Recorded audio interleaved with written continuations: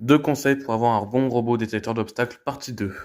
Le premier conseil que je peux vous donner si vous utilisez un capteur ultrason, c'est de le mettre, vous voyez, un peu en hauteur. Vous voyez, vous l'orientez juste vers le haut, peut-être de manière à ce qu'il capte un peu vers le haut.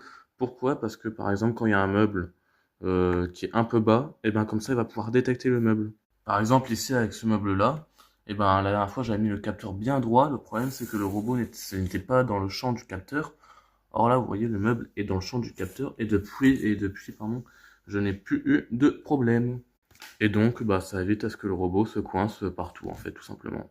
Et le deuxième conseil que je peux vous donner, et pas des moindres, je vous invite vraiment à le faire, c'est de mettre des protections, comme ici, par exemple, on a sur le Heliobot, il y en a aussi sur Jordan, vous voyez, c'est des protections que j'ai récupérées de balles de nerf. Je les ai découpées en deux, et puis, ben, voilà, ça m'a fait une protection.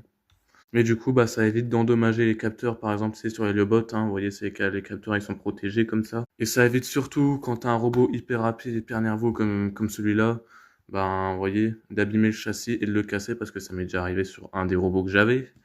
Voilà, ben, voilà, le robot a foncé dans le truc. Résultat, ben, le châssis s'est pété. Donc voilà, important de mettre des protections, toujours faire gaffe à ça.